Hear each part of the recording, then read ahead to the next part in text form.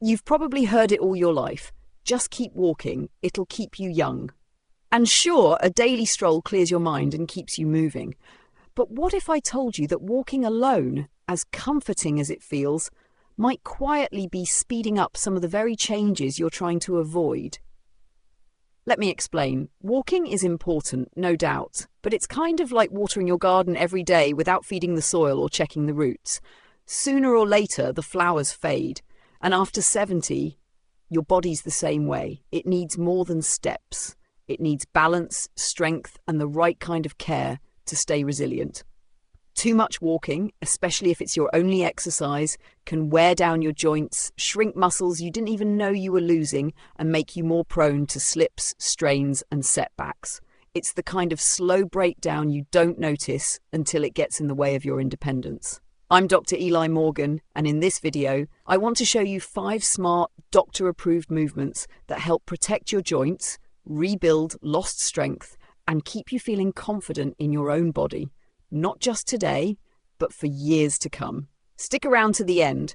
One of these might surprise you, and it could be the key to aging not just longer, but better. And if you're over 60 looking for simple, no-nonsense ways to feel stronger and move easier, I'd love for you to subscribe. Every tip I share comes from real patients, real results, and real care for folks just like you. If you're still with me, just type yes in the comments. It lets me know you're out there, and it helps this little community grow into something special. 1. Strength training, your body's quiet armor. Walking gets you moving, but it doesn't rebuild what age quietly takes away.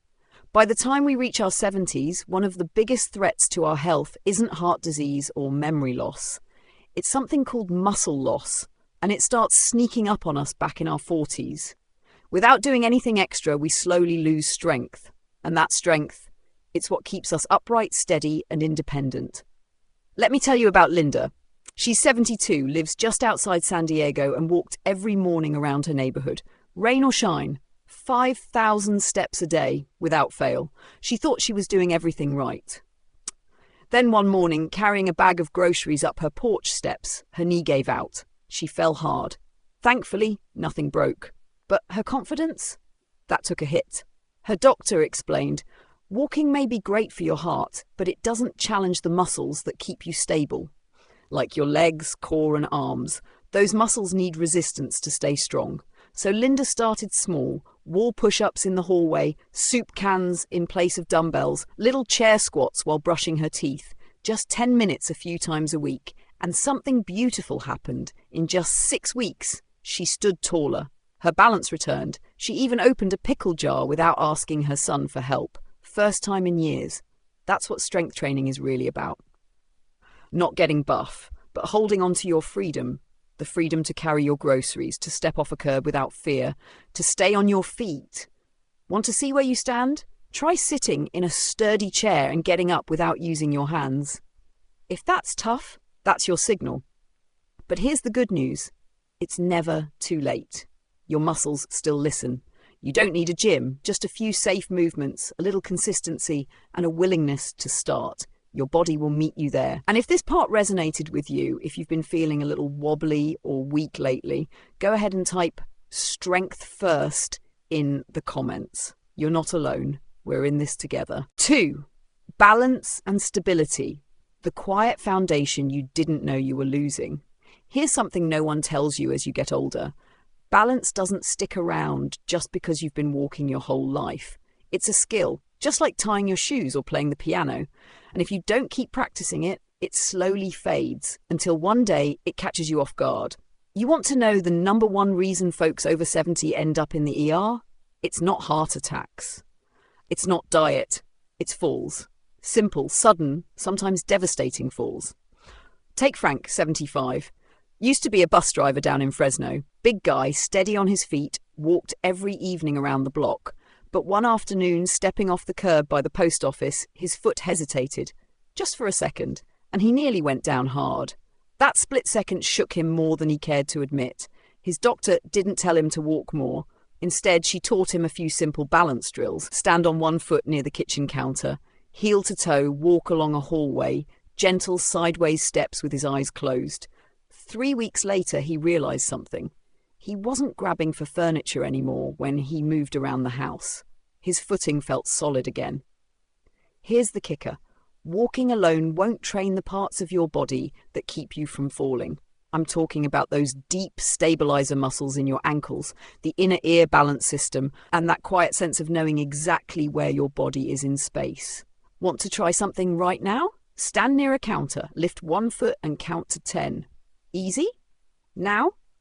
Close your eyes and try again. Feel that wobble? That's your body telling you it needs help.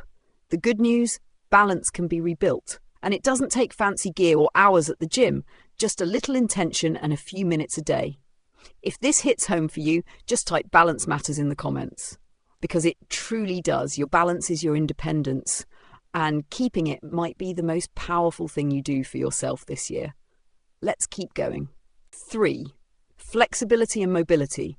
Because life doesn't move in a straight line. Here's something many folks don't realise until it sneaks up on them. Walking is great for keeping your legs going forward. But real life asks you to bend, twist, reach, and move in ways walking just doesn't prepare you for. Let me tell you about Carol. She's 78 and lives near Tampa. Used to spend hours in her garden, kneeling, reaching, turning to smell the roses she planted herself. But one morning, behind the wheel, she noticed she couldn't comfortably look over her shoulder to check traffic. No pain, just stiffness, like something had quietly frozen up. Her doctor didn't reach for a prescription pad. Instead, she sent Carol to physical therapy. And there she was taught simple mobility drills, gentle neck turns, arm sweeps across the chest, toe touches while seated, slow twists from side to side. Nothing fancy. But after just a month, Carol felt like herself again. Turning freely back in the dirt, coaxing her flowers back to life. Because here's the truth, stiffness isn't just getting older. Often it's just underuse. Think about your daily life. You reach into the back seat to grab your purse, you stretch for a jar on the top shelf, you twist to wipe a spill. These aren't gym moves, they're life moves. And if your body's lost the range to handle them, it's time to take notice. Try this now. Stand tall. Turn your head slowly to the left, then to the right. Feel any tightness? That's your body whispering for a little help. You don't need to be as bendy as a yoga teacher, but you do need enough mobility to move with ease, grace, and dignity, especially in those small everyday moments. If this resonated with you, go ahead and type "stretch to live" in the comments. Let's remind each other that we're still capable of moving through life, not just walking through it. Now, let's keep going. 4. Core and posture. The hidden key to standing tall and feeling good. We often think that walking takes care of our whole body, especially the back. But the truth is, walking barely touches the deep muscles that actually hold us upright. And after 70, if those core muscles weaken, it's like having a cracked foundation under your home. Everything starts to shift, and not in a good way. Let me tell you about James, 76, retired electrical engineer, lives just outside Bakersfield. Always stood tall, proud of his posture. But over the past couple of years, his daughter started noticing something. His shoulders were curling forward. His back ached even after short walks. And more often than not, he'd lean forward without realizing it. It wasn't old age, it was a weakened core. The solution wasn't surgery or some fancy back brace. It was small, mindful movements. Posture resets done right at home. James started by standing with his heels, hips, and head against the wall every morning. 2 quiet minutes. He added in gentle pelvic tilts while watching the evening news, and practiced breathing deeply, tightening his belly muscles just below the navel. Within a month, something changed.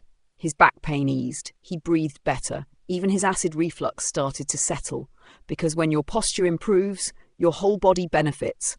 Not just your spine, but your lungs, your digestion, your sense of control. And no, your core isn't just abs, it's a network of deep stabilizers, the muscles that wrap around your lower back, pelvis, and even your diaphragm. Walking doesn't wake them up, but targeted movement does. Here's a simple test. Stand with your back to the wall. Can you get your tailbone, shoulders, and the back of your head to all touch the wall at once? If that's hard, your body's sending a gentle warning. Posture isn't about looking proud, it's about staying strong from the inside out, protecting your nerves, breathing freely, and moving without pain. And the best part? You can train your posture at any age. No gym, no mat, just a little awareness. If this message felt personal, go ahead and type posture power in the comments. You're not alone, and you're not too late to stand tall again. Let's keep moving. 5. Joint-friendly movement. Protect the places that keep you moving. We've all heard it. Walking is the perfect low-impact exercise. But here's the thing. For many people over 70, especially walking on sidewalks or driveways, it's not always as gentle as it sounds. Let me tell you about Don. He's 79, lives outside Austin, and has been hiking since the days his grandkids were in diapers. 3 miles a day, every morning, like clockwork. But over time, his knees started to ache, his ankles too. Nothing sharp, just that dull, nagging soreness that creeps in and never quite leaves. He blamed it on getting older, but his doctor showed him something else, thinning cartilage. Turns out walking without strong supporting muscles is like driving a car with misaligned tires. Things start to wear out, slowly, and then all at once. So Don made a change.